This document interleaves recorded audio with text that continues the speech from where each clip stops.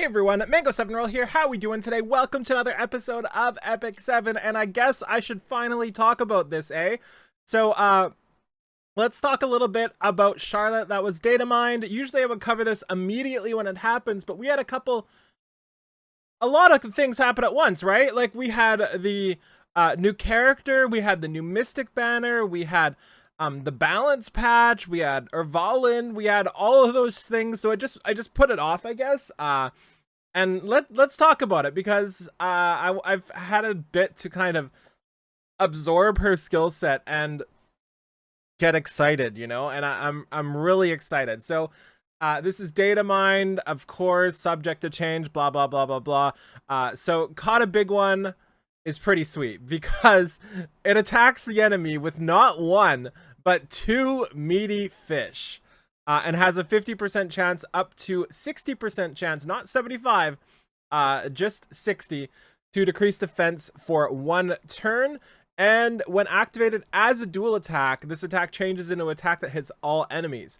Also does not trigger a counter attack if it was the dual attack one, and also gives her 20% CR. So this is kind of interesting, because you think dual attack and you're like, yes, I can use a unity set, and maybe not with how her passive works, but you never know. And it's pretty sweet. AoE defense break, 60% chance, although I'm not sure how much effectiveness she's going to have for that, but still, you might land it on the lower effectiveness targets or effect resistance targets, right? The other thing too is you can just make it soul burn, attack all enemies, but I don't think this gives her the CR, and I don't think it...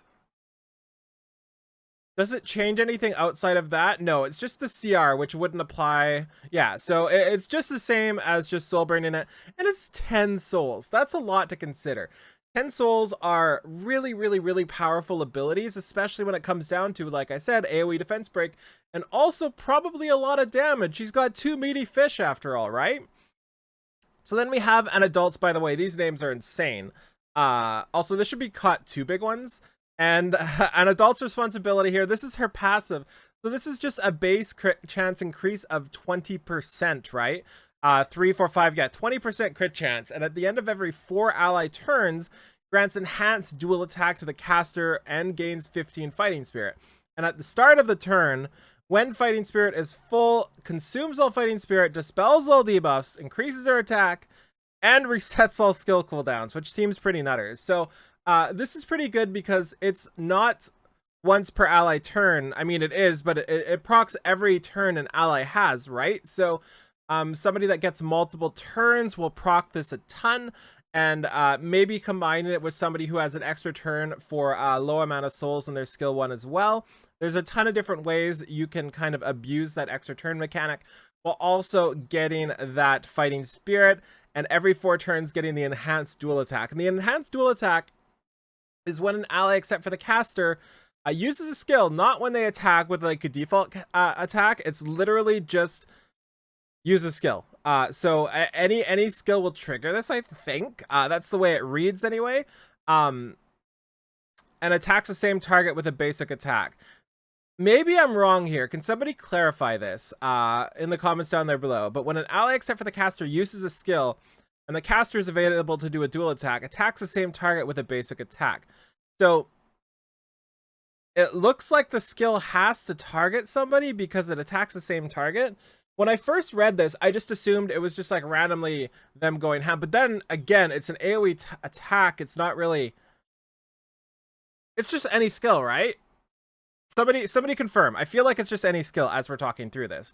And then, most importantly of everything, we have the best ability name in the history of the world, Whale Hello There.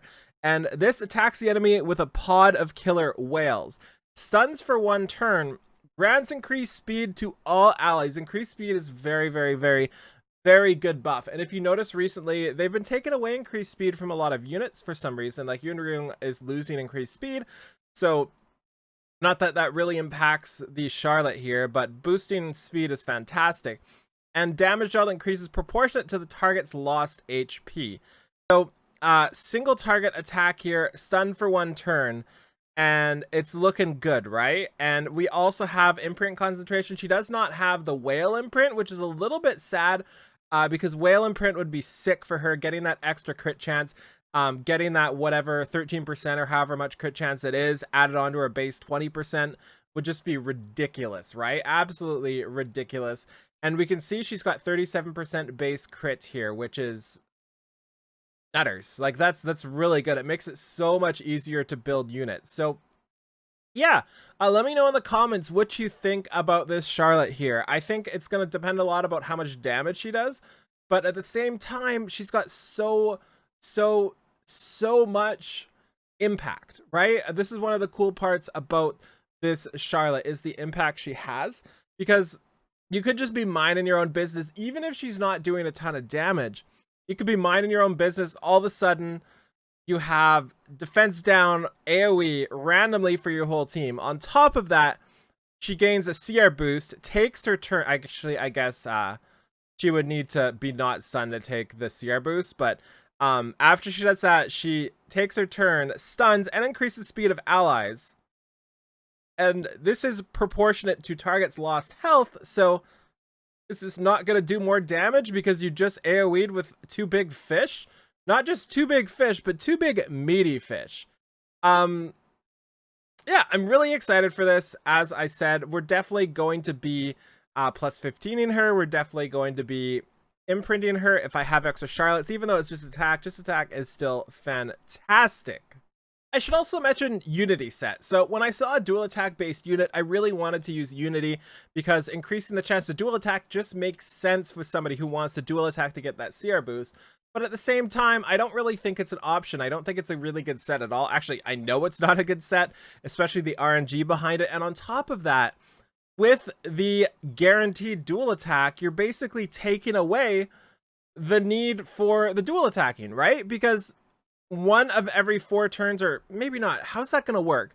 One of every 4 ally turns, you're not even going to have the dual attack chance, right? Because it's guaranteed. So I definitely don't see this as a character you want to invest Unity in at all, because it's going to be wasted a lot of times, yeah? But when you do proc it, it's going to be fantastic, don't get me wrong, but wasted a lot of other times.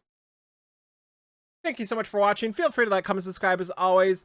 And in the comments down below, let me know how excited you are. We're another year away from Swimsuit Araminta, but I'll take this, and I'm definitely excited for this. I really like Charlotte, and instant plus 15 for me for sure, and I'm just going to have a lot of fun. So have a wonderful day. Bye, everybody.